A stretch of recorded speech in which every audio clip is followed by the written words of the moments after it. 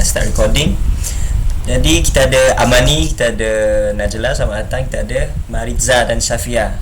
Kalau kamu nak buka, mai buka je lah. Kalau sikit orang tak apa, dia tak bising. Okey, jadi hari ni kita akan tajuk kita, kalau kamu ada buku teks, sila buka surat apa? Buka surat 13 yang ada gambar sahabat kita ni yang baring. Okey, buku surat 13. Okey, sebelum itu kita akan tonton tayangan dahulu yang berkisarkan kisah mengenai Bilal bin Rabah. Jadi insyaAllah cikgu akan mulakan. Kalau tak clear, kata kat cikgu. Okey, dengar, semua dengar. Okey, masya-Allah. Kita akan mulakan tayangan sekarang. 1,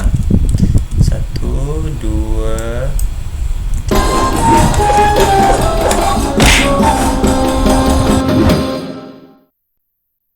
Kisah Nabi Muhammad Sallallahu Alaihi Wasallam. Kisah Bilal bin Rabah, muazin pertama di zaman Rasulullah.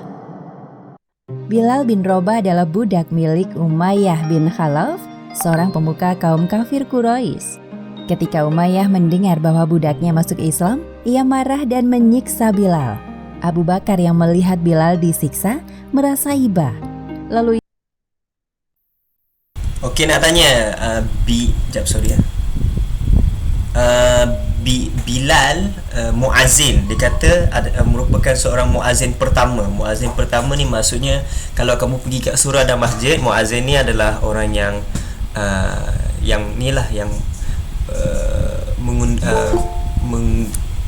azan, yang tukang azan orang kata. Okey, ada Uzumaki Naruto masuk. Okey, sahabat datang Yoris. Jadi muazin adalah orang yang tukang azan di surau dan masjid, yang tolong baca iqamah sebelum mulakan solat. Banyak lagi lah.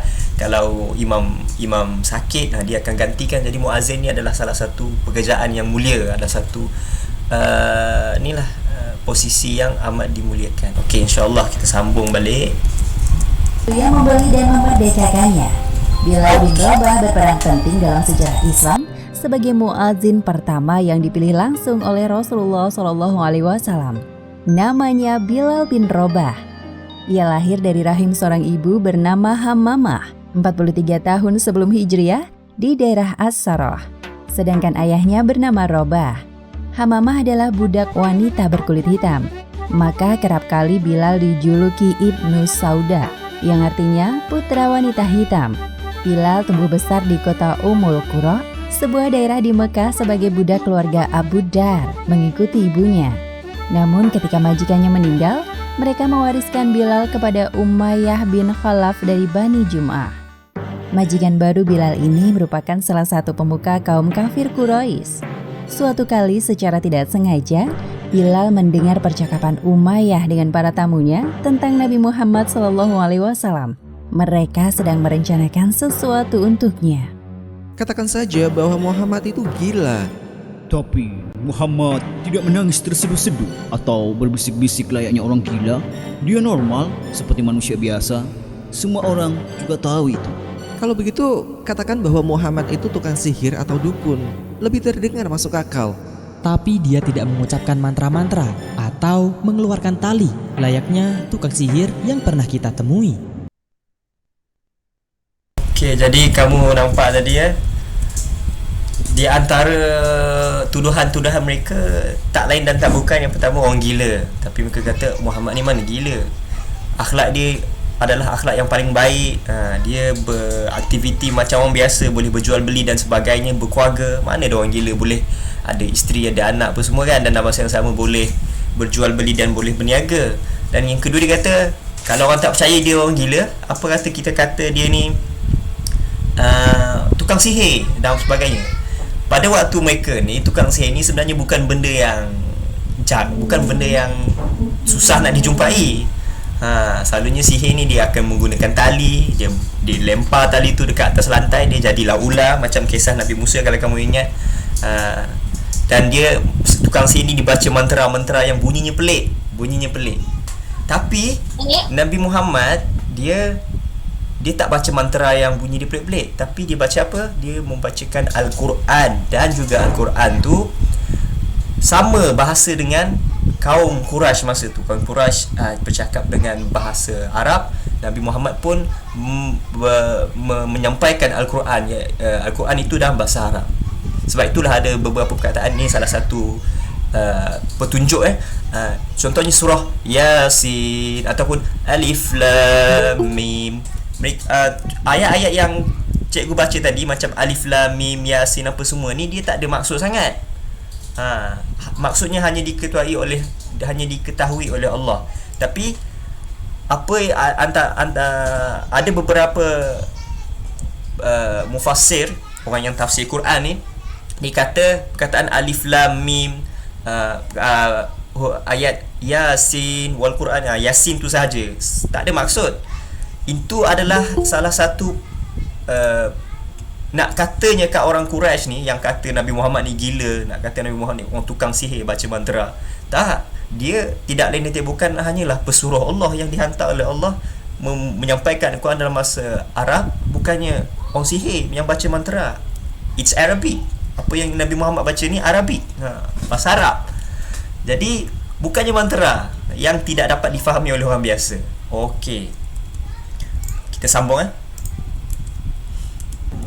Mereka terus berpikir dan berpikir tentang julukan apa yang layak disematkan pada Rasulullah. Namun kemudian mereka menyerah. Apa boleh buat? Kita terpaksa berdua begini begitu agar orang-orang tidak mengikuti ajarannya dan tetap berpegang teguh pada ajaran nenek moyang kita. Aku yakin orang-orang lemah dan miskin itu mempercayai ucapan kita. Sulit sekali mencari kelemahan Muhammad. Dia terlalu sempurna sebagai seorang manusia. Semestinya Nabi terakhir tidak lahir dari kabilah Bani Hashim, tapi dari kabilah kita. Takdir memang tidak adil. Bilal penasaran dengan sosok yang sedang mereka bicarakan. Ia Sorry cikgu kacau lagi. Cikgu nak katanya bahawa pada waktu zaman mereka ni, waktu zaman Nabi Muhammad lahir ni, kamu kena faham sekejap cikgu tukar ke iPad. Okey, sekarang cuba tengok hamba sahaya. Kamu tahu tak, pada zaman dahulu ada ramai hamba, ada ramai yang paling terkenal sekarang adalah hamba sahaya Afrika. Contohnya Afrika. Orang Afrika ni, mereka dijadikan sebagai macam mesin tau. Mereka ambil orang Afrika ni, mereka bawa ke negara mereka dan mereka suruh mereka kerja as if seolah-olah mereka ni adalah memang hamba lah. Memang hamba yang tidak dibayar gaji, yang tidak diberi makan secukupnya. Mereka ni telah ada gambar yang tak sepatutnya kamu tengok. Mereka disuruh buat kerja sampai mereka ni ada yang mati, ada yang diseksa dan sebagainya. Jadi di zaman Nabi Muhammad juga di kawasan negara-negara tanah Arab juga masih ada lagi orang yang menjadi hamba sahaya. Okey, jadi agama Islam adalah salah satu agama yang berusaha untuk menghabiskan sistem hamba ni. Kalau kamu tengok sekarang ni dah tak ada dah sistem hamba. Dah tak ada dah sistem hamba Tapi dahulu kamu boleh beli hamba, kamu boleh beli orang. Kamu beli, contoh cikgu beli Yoris, astagfirullahalazim contoh saja Yoris. Cikgu beli Yoris RM500. Yoris pun buat kerja untuk cikgu, apa-apa saja yang cikgu nak dan sebagainya. Dan apabila jadi hamba ni selalunya diseksa lah, selalunya dihina dan sebagainya. Itulah teruk sistem hamba. Jadi sekarang di dalam dunia sekarang ni, mana ada dah hamba? Dah tak ada dah hamba. Yang ada sekarang ni cumalah kalau kamu nak kerja, kamu pergi, kamu dapat gaji. Itu lebih sistem yang lebih baik daripada sistem hamba. Okey, kita sambung balik. Jap. Okey. pun mencari tahu lebih banyak tentang Nabi Muhammad SAW dan ajaran yang dibawa beliau. Ternyata ada beberapa orang yang dikenalnya telah masuk Islam. Pada suatu malam, Bilal melihat cahaya keimanan dari hati kecilnya. Mengapa hatiku lebih condong kepada Islam walaupun aku belum mengenal ajaran baru itu? Apakah ini sebuah petunjuk dari Allah kepadaku? Lebih baik besok kutemui Rasulullah di rumahnya. Seperti yang direncanakan, keesokan harinya Bilal menemui Rasulullah dan menyatakan keislamannya.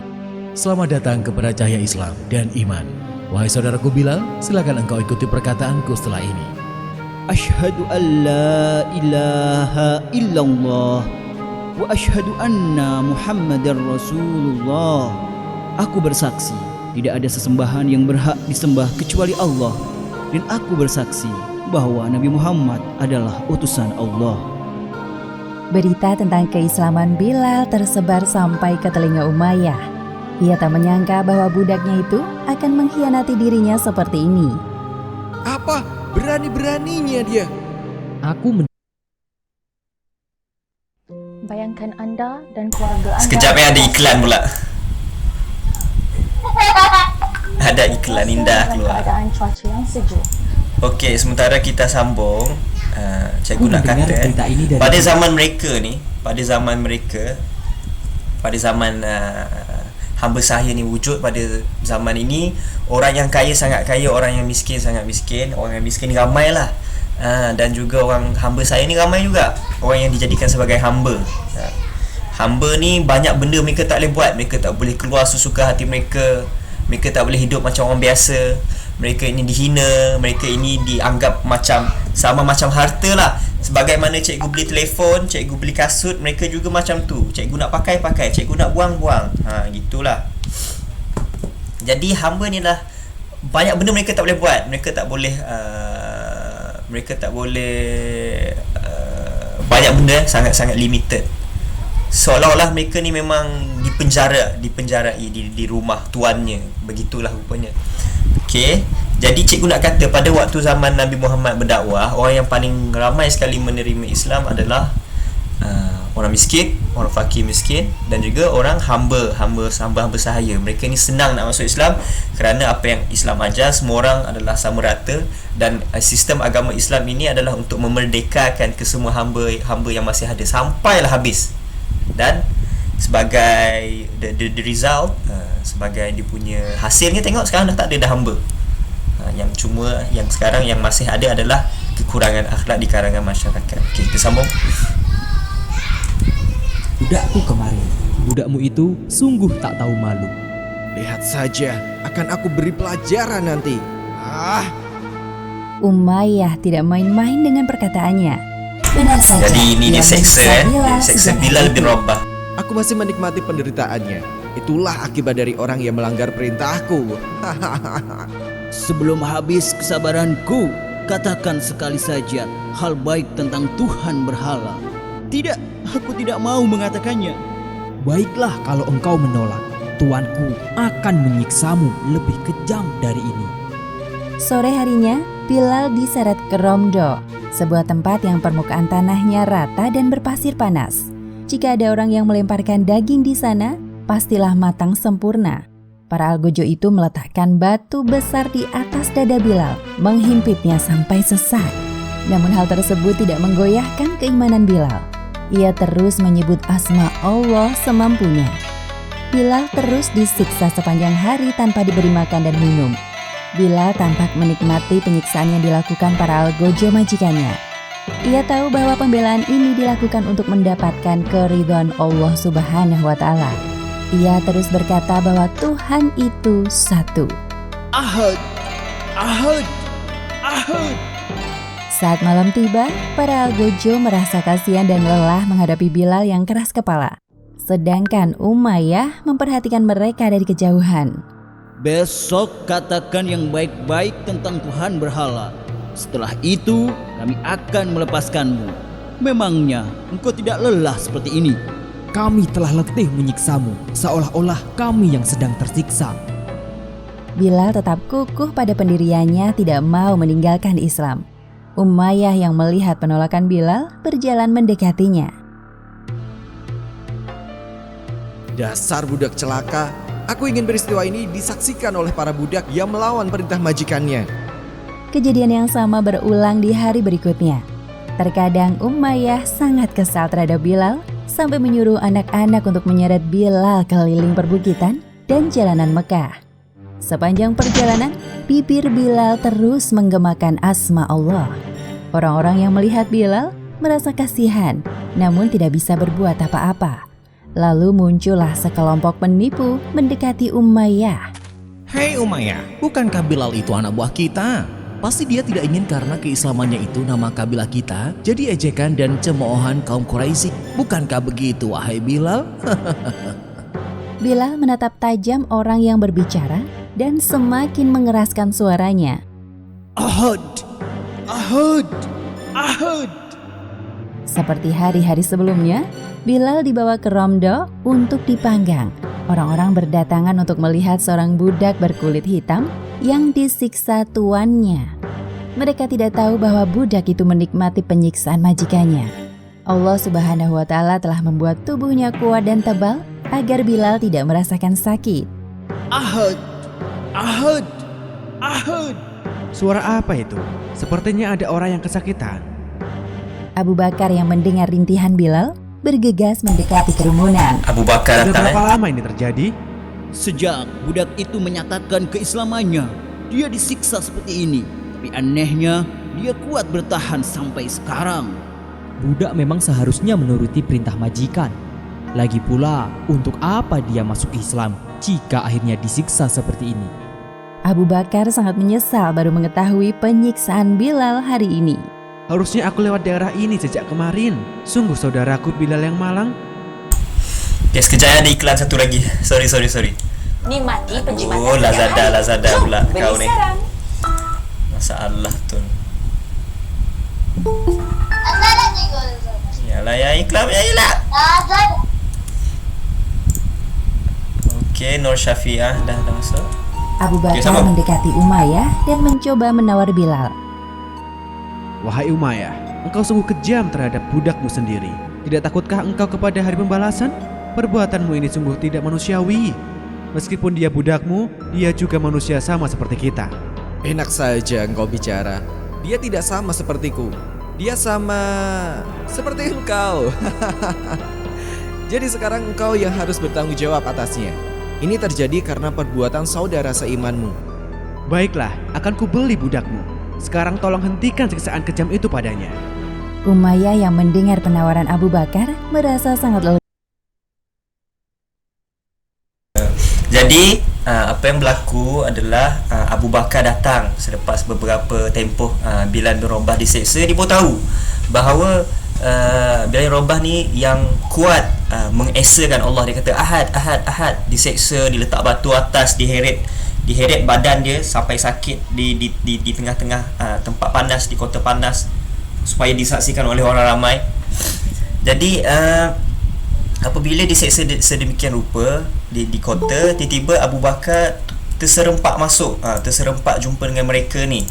Jadi bila dia terserempak, rupa-rupanya ada seorang hamba Allah ni telah diseksa sebegitu rupa oleh tuan dia. Jadi Abu Bakar kata, apa yang kau buat terhadap budak kau sendiri ni, maksudnya budak hamba lah, kepada hamba kau ni telah melampaui batas, over gila. Saya ada orang seksa kedak cemia. Cikgu sini Nabi. Cikgu sambung lepas ni lah. Nabi tahu kisah ni, tapi apa Nabi buat maybe jauh time tu. Okay, kita sambung. Jadi apa yang berlaku, Abu Bakar tahu tentang kisah ni. Kalau Abu Bakar baru tahu, maksudnya Nabi Muhammad pun belum tahulah kot. Jadi apabila Abu Bakar dia nak beli, kita tengok apa yang berlaku. Lega. Akhirnya satu bebanku terlepas juga. Lelah juga aku menyiksa Bilal. Sebaiknya aku jual saja budak sialan itu dengan harga yang mahal kepada Abu Bakar. Katakan, berapa engkau menjualnya? Berikan padaku 9 ukiah emas. Ini, ambillah. Kemudian Bilal dituntun oleh Abu Bakar meninggalkan tempat penyiksaan itu. Umayyah yang melihat keduanya malah mencemooh. Wahai Abu Bakar, demi Tuhan Lata dan Uzza, Jika engkau hanya sanggup memberikanku 1 uqyah saja, aku juga akan melepaskannya. Abu Bakar yang mendengar cemoohan Umayyah langsung berbalik badan dan membalasnya. Hal itu ia lakukan untuk menjunjung tinggi kehormatan saudaranya seiman. Demi Allah, jika engkau menjualnya 100 uqyah pun, aku tetap akan membelinya. Tidak hanya Bilal, penyiksaan juga terjadi pada budak-budak dan sahabat muslim yang tidak memiliki perlindungan yang kuat. Wahai Rasul, aku baru saja membebaskan seorang budak yang disiksa majikannya karena masuk Islam. Namanya Bilal. Iya, aku ingat dia. Sekarang bagaimana keadaannya? Sekarang dia aman bersamaku. Terima kasih wahai sahabatku, engkau sungguh berarti mulia. Ternyata tidak hanya Bilal, para budak lain dan orang-orang miskin menjadi santapan kaum kafir untuk melawan kita. Pada tahun ke-13 kenabian, Bilal hijrah ke Madinah bersama kaum muslimin. Sekarang ia tinggal di kediaman Abu Bakar dan Amr bin Fihr. Pernah suatu ketika, Bilal merasakan kerinduan terhadap kampung halamannya di Mekah. Terkadang ia melantunkan syair sebagai ungkapan kerinduan. Duhai malangnya aku, akankah suatu malam nanti aku bermalam di Fak, dikelilingi pohon idzikir dan jalil? Akankah suatu hari nanti aku minum air mijannah? Akankah aku melihat lagi pegunungan Syamah dan Taufil? Okey, jadi apa yang berlaku tadi, Nabi Abu Bakar beli Bilal dengan 4 ruqyah emas, 1 ruqyah emas. Mahal 1 ruqyah emas. Lepas tu Umayyah, tuan kepada Bilal tadi sebelum dijual, selepas dijual dia kata, kalau aku dapat beli Bilal ni 1 ruqyah emas saja, aku pun boleh beli. Tapi Abu Bakar pun dipusing, dikatakan kepada Umayyah balik, dia kata, kalau kau jual 100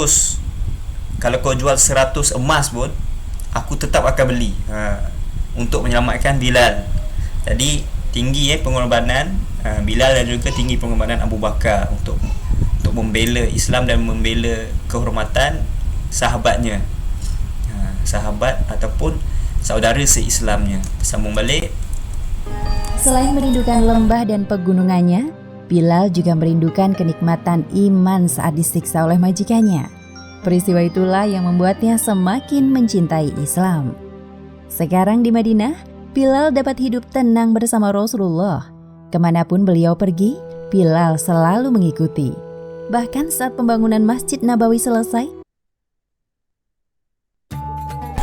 Aduh, iklan.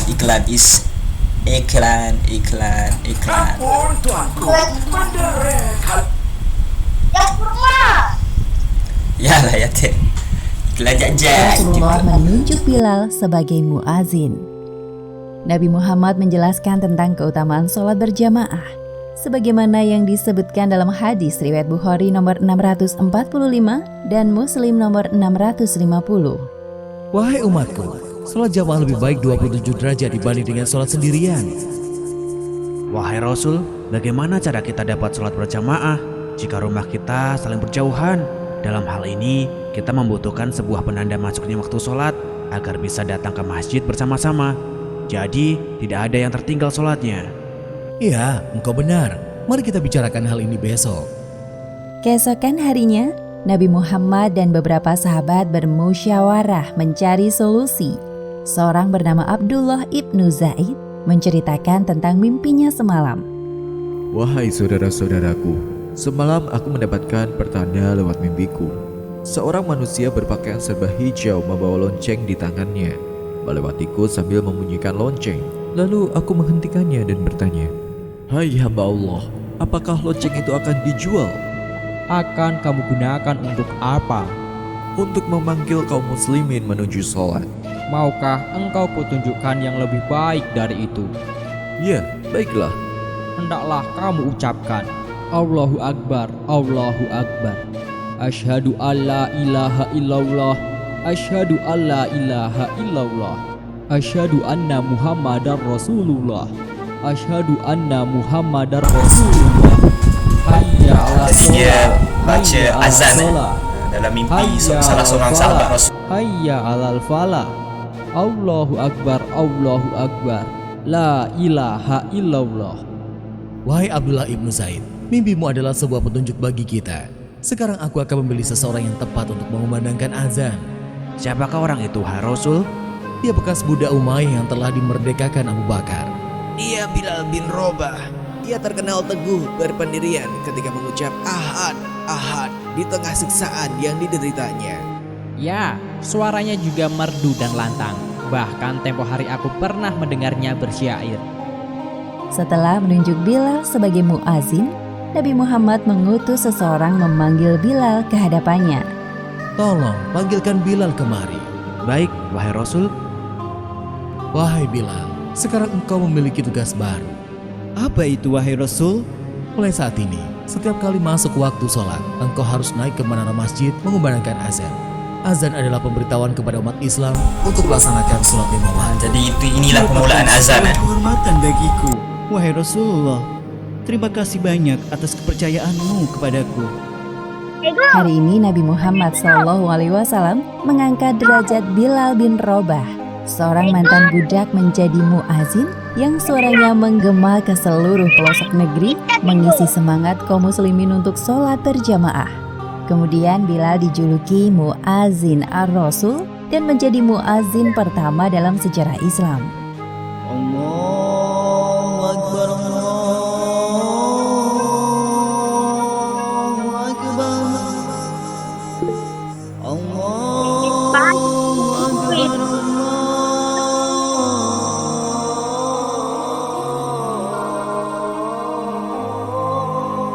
Akbar. Asyhadu an la ilaha illallah.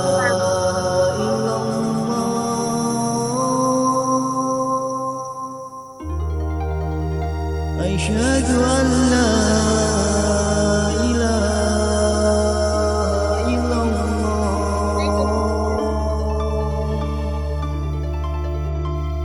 Demikianlah sepenggal kisah tentang Bilal bin Robah, muazin pertama di zaman Rasulullah.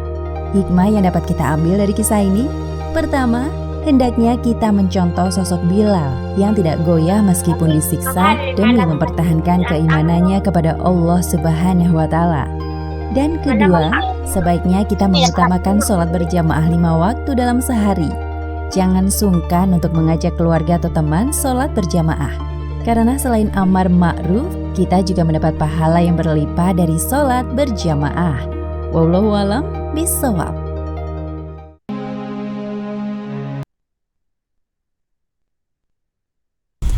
Jadi itulah kisah Bilal bin Rabah. Jadi tadi kita dah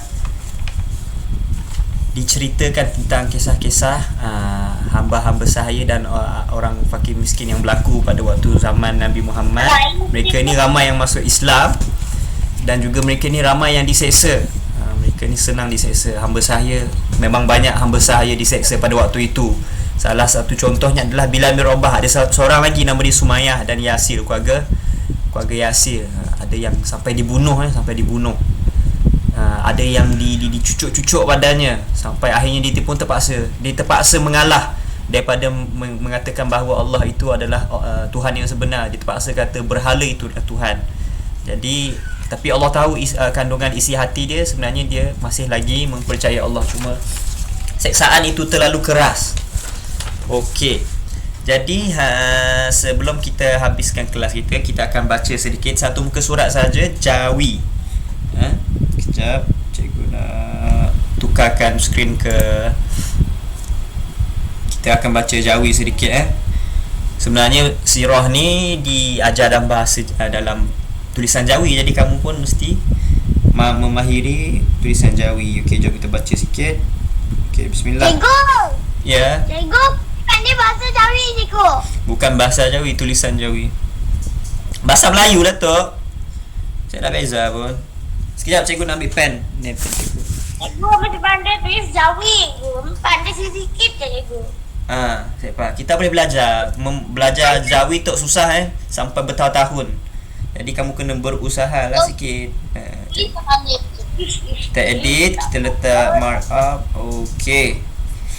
Okay, sekarang agama Islam. Okey, cek. Semua nampak kan? Jelas tak? Jelas? Contoh sini, memanglah kamu tak dapat baca pun, lupa. Okey. Jadi sebelum cikgu habiskan kelas, sekejap saja kita akan baca bersama cikgu. Okey, cikgu tandakan agama Islam semakin mendapat tempat di kalangan penduduk Mekah. Maksudnya agama Islam tu makin berkembang lah. Okey, bawah tu, penganut agama Islam terdiri daripada hamba sahaya. Ni hamba sahaya ni, hamba sahaya, ha mim ba alif saha alif ya, hamba sahaya, dan fakir miskin. Ni fakir miskin. Pembesar-pembesar Quraisy sangat marah kepada Nabi Muhammad sallallahu alaihi wasallam. Dimarahlah sebab mereka kebanyakannya sembah berhala, tapi Nabi Muhammad menyeru mereka menyembah Allah. Jadi Nabi Muhammad lah yang betul, bukan berhala. Berhala ni batu. Kalau kamu sembah batu, sama macam kamu sembah selipar kamu sembah baju, kamu sembah telefon, barang-barang yang tidak bernyawa. Ni. Okey. Mereka tidak berani menyakiti baginda, yakni Rasulullah sallallahu alaihi wasallam, Nabi Muhammad, kerana baginda dilindungi oleh Abu Talib, pakcik dia tadi. Kalau kamu ingat Abu Talib ni adalah pakcik dia, ketua pembesar Quraisy yang paling tinggi sekali. Abu Talib lah yang melindungi Rasulullah daripada diseksa. Sebab kalau dia nak seksa Nabi Muhammad, dia ni adalah anak buah kepada Abu Talib. Jadi mereka tak boleh seksa. Oleh itu, mereka menyeksa hamba-hamba dan ahli keluarga baginda. Hamba-hamba diseksa, keluarga baginda diseksa yang memeluk Islam. Okey, keluarga mereka sendirilah. Kalau mereka ada anak dan ada isteri mereka masuk Islam, mereka akan seksa keluarga mereka ataupun hamba mereka sahaja. Ini adalah satu perbuatan yang sangat kejam. Antara hamba yang diseksa ialah Bilal bin Rabah. Siapa yang ada buku teks boleh buka muka surat 13. 13. Wali yang jatuh ke cikgu? Okey, apa? Wali kayak jatuh tu cikgu. Yang jatuh tadi botol air. Macam wali. Yalah. Bilal diseksa oleh tuannya yang bernama Umayyah. Ni Umayyah bin Khalaf. Jahat betul Umayyah ni. Dialah yang tarik Bilal di waktu panas, diseret, sakit badannya, dan juga dijemur Bilal bin Rabah di tengah panas dan diletakkan batu besar di atas perut. Dan mereka memaksa Bilal untuk mengatakan bahawa Tuhan berhala itulah yang lebih benar. Tapi Bilal bin Rabah dia terus dia masih lagi yakin dan juga masih lagi kuat dengan keimanan ni. Dia sebut ahad yang bermaksud Tuhan itu Maha Esa, Allah itu satu, bukannya berhala yang ramai banyak-banyak ni. Okey, Bilal diseret ke tengah kota yang panas terik dan diletakkan batu besar di atas perutnya. Dia tetap bersabar dan sentiasa menyebut ahad, Esa, yang bermaksud Esa, Allah Maha Esa lah. Akhirnya Bilal ditebus dan dibebaskan oleh Abu Bakar As-Siddiq, sahabat. Ini Abu Bakar As-Siddiq adalah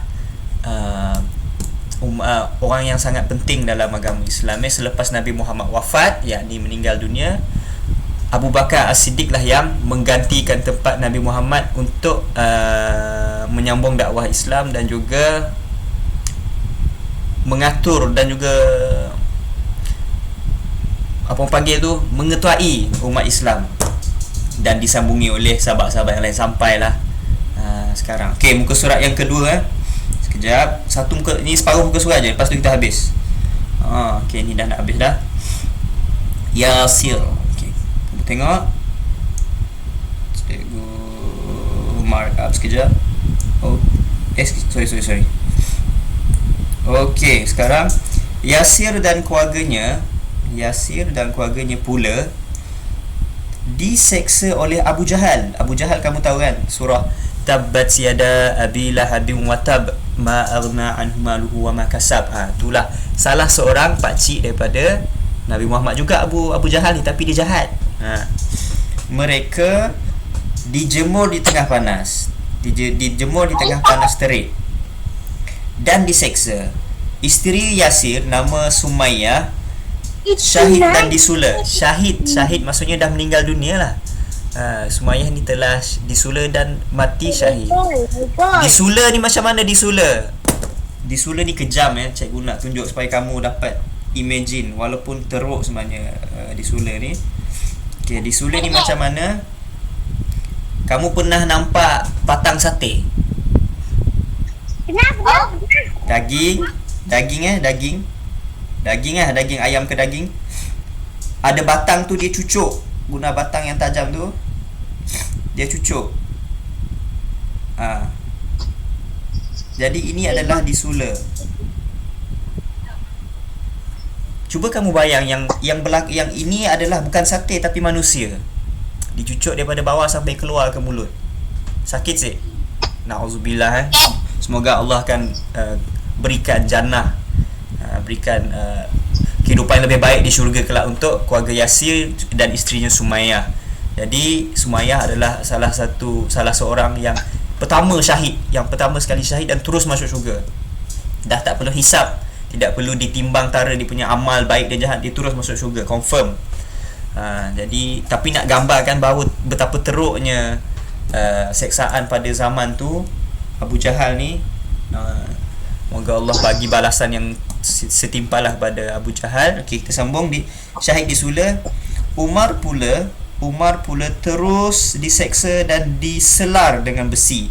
Diselar dengan besi ni maksudnya kulit kamu dikoyak-koyakkan. Kulit kamu tu dikoyak-koyakkan macam muka kamu, di muka orang, leher, badan dia, disela ni ni disela, ada luka-luka. Inilah disela orang panggil. Sakit disela ni. Merah badan kan cikgu.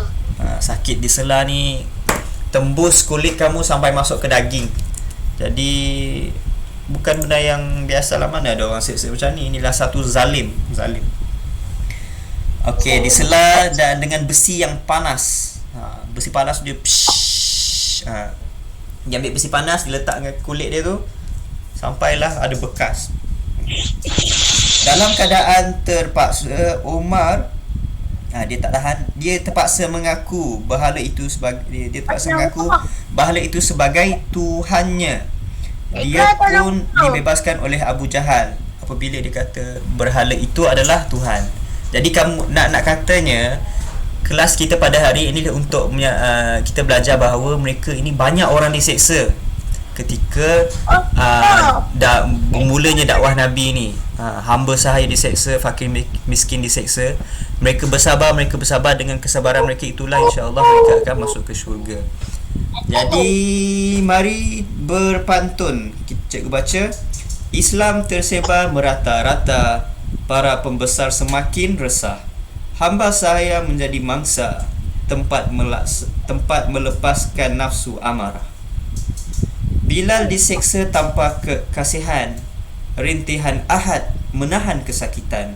Islam mengajar erti kesabaran walau diuji pelbagai dugaan. Mereka diseksa tadi. Yang semakin ramai umat Islam diseksa, kepada Allah serahkan diri. Sabar dan reda hiasi jiwa, jaminan syurga yang kekal abadi. Jadi insya-Allah mereka yang telah diseksa ni, sebenarnya yang kita perlu risau adalah diri kita. Kita ni tak masuk syurga lagi, mereka ni memang dah confirm masuk syurga. Mereka ni memang banyak amalan mereka, tinggi kesabaran mereka. Untuk Allah, untuk agama Islam ni mereka diseksa dan mereka sabar. Untuk agama Islam ni mereka sanggup bersusah payah.